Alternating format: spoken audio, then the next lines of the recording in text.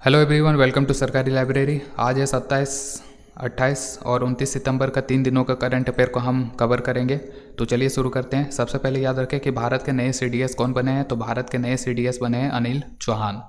और भारत का जो पहला सीडीएस थे तो वो थे जनरल बिपिन रावत, लेकिन उनका निधन हो गया था उनका हेलीकॉप्टर क्रैश में, और इसी के बाद ये पद रिक्त था। तो अब नए भारत के सीडीएस नियुक्त किया गया है भारत सरकार के द्वारा अनिल चौहान को। और भारत का पहला सीडीएस का नाम भी याद रखना है कौन थे, तो वो थे जनरल बिपिन रावत। इसी तरह से जो बिस्किट कंपनी है ब्रिटानिया, जिसको कि हम नाश्ता के रूप में खाते हैं डेली, तो उसी का सीईओ बने हैं रजनीत कोहली। तो रजनीत कोहली जो है नए सीईओ होंगे ब्रिटानिया कंपनी के। इसी तरह से data security council of India के नए सीईओ कौन बने हैं, तो ये बने हैं विनायक गोडसे। तो विनायक गोडसे जो है तो ये भारतीय डेटा सुरक्षा परिषद के नए सीईओ बन गए हैं।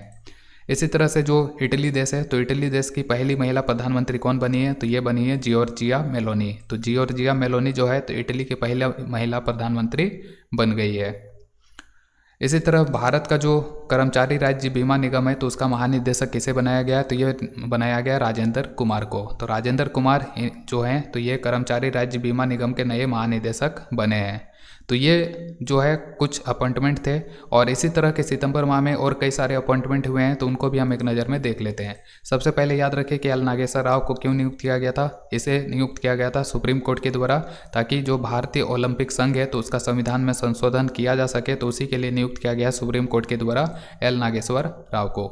इसी तरह से जो भरत लाल है तो भरत लाल को राष्ट्रीय सुशासन केंद्र का महानिदेशक के रूप में नियुक्त किया गया था। इसी तरह से जो अरुण कुमार मिश्रा हैं तो अरुण कुमार मिश्रा को एशिया प्रशांत मंच का शासन समिति के सदस्य के रूप में चुना गया था। और जो ब्रिटेन के नए पीएम बने हैं तो वो कौन बने थे, लीज ट्रस बने थे।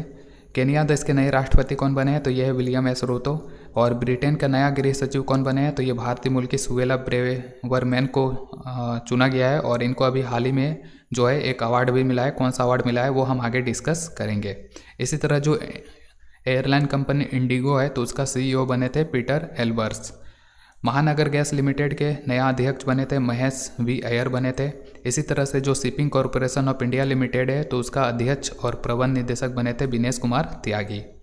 फिर सुप्रीम कोर्ट के एक सीनियर मोस्ट जज थे जिनका नाम है DY चंद्रचूड़, और इनको जो है नालसा का 31वां कार्यकारी अध्यक्ष के रूप में चुना गया है। इसी तरह से तमिलनाडु का जो तमिलनाडु मर्केंटाइल बैंक है तो उसका MD और CEO बने थे कृष्णन शंकर सुब्रमण्यम। संसद टीवी का CEO कौन बने हैं, तो ये बने हैं अभी वर्तमान में भारत के जो लोकसभा के महासचिव हैं उत्पल कुमार सिंह, तो उन्हीं को संसद टीवी का CEO नियुक्त किया गया था। इसी तरह जो कॉफ़ी कंपनी स्टारबक्स है तो उसका CEO बने थे लक्ष्मण नरसिम्हन। फिर हो गया महानगर गैस लिमिटेड का नया अध्यक्ष बने थे महेश विश्वनाथन अय्यर बने थे।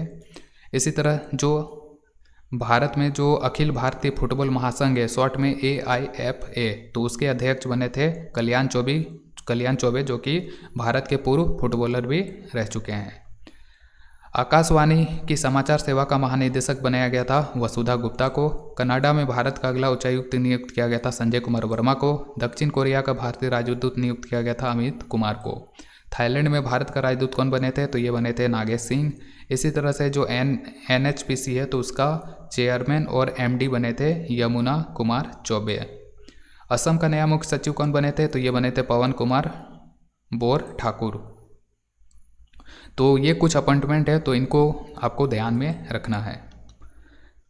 अगला है सर्वश्रेष्ठ साहसिक पर्यटन स्थल के रूप में किसे चुना गया है, तो ये चुना गया है उत्तराखंड को। तो उत्तराखंड को 2 कैटेगरी में पुरस्कार मिला। एक कैटेगरी में मिला है साहसिक पर्यटन स्थल के रूप में, और दूसरा जो पुरस्कार मिला तो वो मिला था पर्यटन के सर्वांगीण विकास के लिए। तो ये भारत का जो पर्यटन मंत्रालय है तो उसी के द्वारा उत्तराखंड को 2 श्रेणी में प्रथम पुरस्कार मिला है। कौन कौन सा श्रेणी, साहसिक पर्यटन स्थल के रूप में और पर्यटन का सर्वांगीण विकास के लिए। अगला है जूलियस बेयर कप 2022। तो जूलियस बेयर कप 2022 को किसने जीता है, तो ये जीता है मैग्नस कार्लसन ने। मैग्नस कार्लसन ने भारत के जो ग्रैंड मास्टर है अर्जुन एरिगेसी तो उसको हरा करके जूलियस बेयर कप 2022 का खिताब जीत लिया है। अगला है 2022 का डुलीप ट्रॉफी। ये जो डुलीप ट्रॉफी है तो ये क्रिकेट के लिए होता है, और इसको जीत लिया है वेस्ट जोन ने। और इस साल 2022 का जो दिलीप ट्रॉफी है तो ये 59वां सीजन था। और इस ट्रॉफी में जो प्लेयर ऑफ द सीरीज रहे थे तो वो रहे हैं जयदेव उनादकट। और इसे जो है इस ट्रॉफी को मास्टर कार्ड दिलीप ट्रॉफी के रूप में भी जाना जाता है, क्योंकि स्पॉन्सर किया गया है मास्टर कार्ड के द्वारा। अगला है first ever queen Elizabeth two women of the year award किसे दिया गया? तो ये दिया गया है जो ब्रिटेन की भारतीय मूल की गृह सचिव है सुवेला ब्रेवरमैन, तो उसी को ये दिया गया है पहला queen Elizabeth two women of the year award. ठीक है, तो और ये दिया गया है एशियन अचीवर्स अवार्ड 2022 समारोह के दौरान।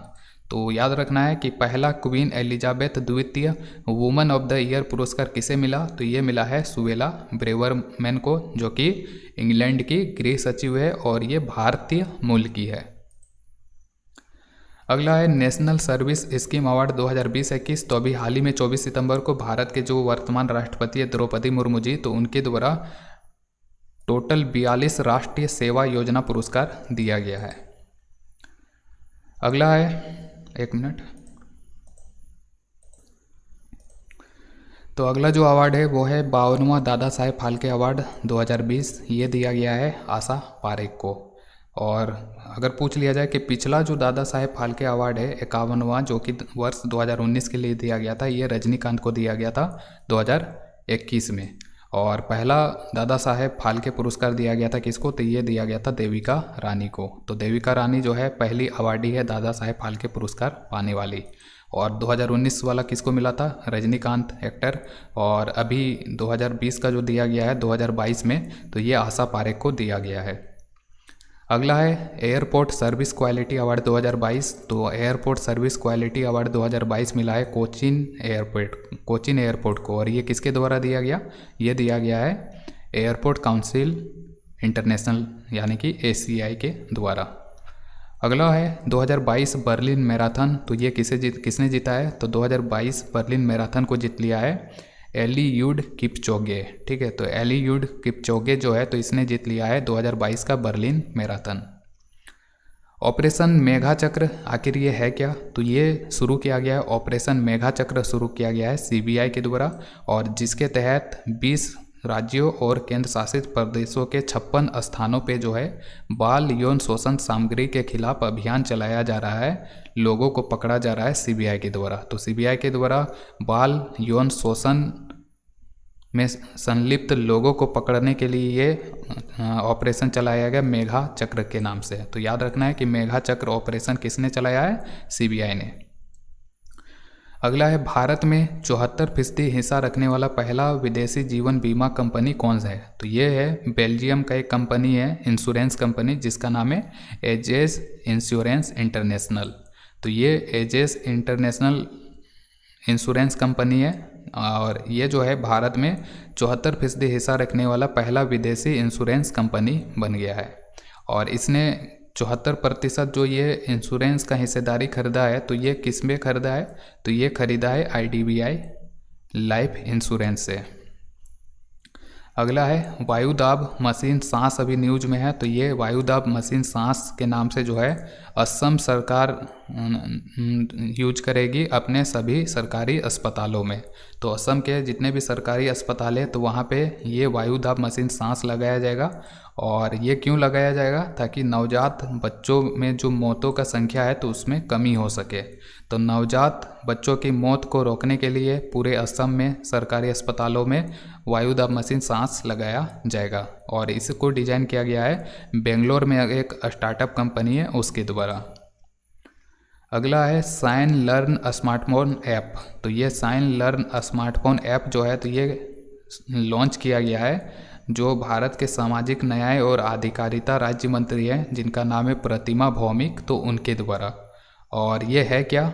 साइन लर्न स्मार्टफोन ऐप है क्या? तो ये 10,000 शब्दों का एक शब्दकोश यानी डिक्शनरी है भारतीय सांकेतिक भाषा के लिए। अगला है जो महिला क्रिकेटर है भारत की झूलन गोस्वामी। तो इन्होंने क्रिकेट के सभी प्रारूपों से संन्यास का घोषणा कर दिया है 25 सितंबर के दिन। तो याद रखना है कि झूलन गोस्वामी भारतीय महिला क्रिकेटर है और इनके नाम पे ये रिकॉर्ड है कि एक दिवसीय मैच में सर्वाधिक विकेट लेने का रिकॉर्ड इन्हीं के नाम पे है। तो महिला एक दिवसीय क्रिकेट में सर्वाधिक विकेट लेने का रिकॉर्ड झूलन गोस्वामी के नाम है, जिन्होंने 255 विकेट लिए हैं 204 वनडे क्रिकेट में। अगला है पूरे विश्व में जो है 25 सितंबर 2022 को जो कि सितंबर का चौथा रविवार होता है, तो उस दिन को वर्ल्ड रिवर डे यानी कि विश्व नदी दिवस के रूप में मनाया जाता है। तो 2022 का विश्व नदी दिवस कौन सा दिन मनाया गया? ये 25 सितंबर को मनाया गया, क्योंकि सितंबर का जो चौथा रविवार था तो ये 25 सितंबर को ही पड़ा था। तो ये विश्व नदी दिवस कब मनाया जाता है? सितंबर के चौथे रविवार को मनाया जाता है। और 2022 में चौथा रविवार कब पड़ा? सितंबर महीने का 25 सितंबर को। और इस साल का जो थीम है तो वो है जैव विविधता के लिए नदियों का महत्व। फिर है 26 सितंबर को जो है पूरे विश्व में विश्व पर्यावरण स्वास्थ्य दिवस यानी कि वर्ल्ड एनवायरमेंटल हेल्थ डे के रूप में मनाया जाता है, जिसका थीम है इस साल का strengthening environmental health system for the implementation of sustainable development goal. 27 सितंबर को फिर विश्व पर्यटन दिवस के रूप में मनाया जाता है और इस वर्ष का थीम रखा गया है रीथिंकिंग टूरिज्म। 28 सितंबर को वर्ल्ड रेबीज डे मनाया जाता है, क्योंकि जो रेबीज वैक्सीन है तो उसका आविष्कारक लुईस पास्चर को श्रद्धांजलि देने के लिए वर्ल्ड रेबीज डे मनाया जाता है 28 सितंबर को। और इस साल का थीम है रेबीज 1 हेल्थ 0 डेथ। और पहला बार जो रेबीज दिवस अभियान चलाया गया था तो ये 2007 में चलाया गया था। फिर 28 सितंबर को हम मनाते हैं international day for universal access to information, और इस दिवस को घोषित किया गया है यूनेस्को के द्वारा मनाने के लिए। और इस साल का जो थीम है 2022 का तो वो है artificial intelligence, e governance and access to information.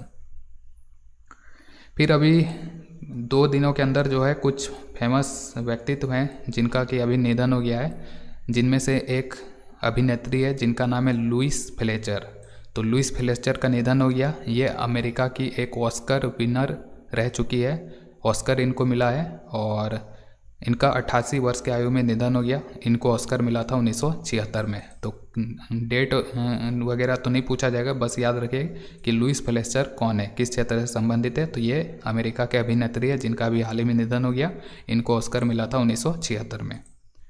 अगला है आरिदान मोहम्मद का भी निधन हो गया है। तो ये आरिदान मोहम्मद कौन थे? तो ये राजनेता हैं केरल के और इनका भी अभी निधन हो गया है। अगला है real time train system information. देखिए यहाँ पे जो एक शॉर्ट नाम दिया जाता है फिर उसका फुल फॉर्म पूछा जाता है, तो यहाँ से RTIS का पूरा नाम आपको याद रखना है, रेलवे के लिए ये इम्पोर्टेंट है। तो RTIS का पूरा नाम क्या है? Real time train information system. और इसको सभी जितने भी इंजन है रेलवे का तो उनमें इसको लगाया जाएगा भारतीय रेलवे के द्वारा, और इसको विकसित किया गया है इसरो के द्वारा। ठीक है, तो RTIS को जो है रेलवे का जितना भी लोकोमोटिव्स हैं, इंजन है, तो उनमें लगाया जाएगा और इसको विकसित किया गया है इसरो के द्वारा। इसी तरह सिम्फनी याद रखना है कि सिम्फनी आखिर है क्या।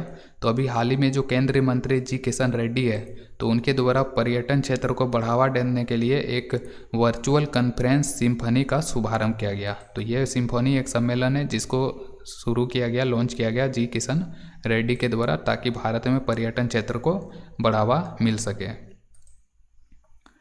फिर है डेयरी सहकारी सम्मेलन 2022। तो डेयरी सहकारी सम्मेलन 2022 जो है तो इसको उद्घाटन किया जाएगा अमित शाह के द्वारा 7 अक्टूबर को सिक्किम के गंगटोक में। ठीक है, तो याद रखना है कि डेयरी सहकारी सम्मेलन 2022 का उद्घाटन जो है 7 अक्टूबर किया जाएगा। 7 अक्टूबर को किया जाएगा किसके द्वारा? भारत के जो वर्तमान में गृह और सहकारिता मंत्री हैं अमित शाह, उनके द्वारा। कहाँ पे किया जाएगा? सिक्किम के गंगटोक में। इसी तरह से अभी 2 समझौते हुए हैं, दोनों का नाम, दोनों याद रखना है, दोनों समझौता किसके किसके बीच में हुआ है। सबसे पहला समझौता है एयर इंडिया ने समझौता किया है विलीज लीज फाइनेंस कॉरपोरेशन के साथ। इसी तरह से जो रॉयल सोसाइटी ऑफ केमिस्ट्री है तो उसने समझौता किया है भारत का CSIR के साथ। इसी तरह से जो चंडीगढ़ एयरपोर्ट है तो उसका नाम जो है ये भगत सिंह के नाम पे रखा जाएगा, ये याद रखना है। और अभी हाल ही में जो भारत का विकास दर है तो उसको लेकर 2 अनुमान आया है। 2 अनुमान अलग अलग संस्थाओं के द्वारा जारी किया गया। एक है OECD के द्वारा और दूसरा है S&P के द्वारा। तो 2022-23 के लिए OECD के अनुसार भारत का जो ग्रोथ रेट है तो वो 6.9% रहेगा, और वहीं पे S&P के अनुसार 2022-23 के लिए भारत का ग्रोथ रेट 7.3% रहेगा। और जो अगला वित्तीय वर्ष है 2023-24 तो उसमें भारत का जो ग्रोथ रेट रहेगा तो वो 6.5% रहेगा। ये अनुमान लगाया गया OECD और S&P के द्वारा। अगला है जलदूत ऐप और जलदूत ऐप ई ब्रोचर। तो ये किसने लॉन्च किया है? तो ये लॉन्च किया गया है ग्रामीण विकास मंत्रालय के द्वारा। ठीक है, तो ग्रामीण विकास मंत्रालय के द्वारा अभी जलदूत ऐप लॉन्च किया गया है। और अभी वर्तमान में जो ग्रामीण विकास और इस्पात राज्य मंत्री हैं तो वो है फग्गन सिंह कुलस्ते, और उन्हीं के द्वारा ये लॉन्च किया गया है जलदूत ऐप और जलदूत ऐप ई ब्रोचर।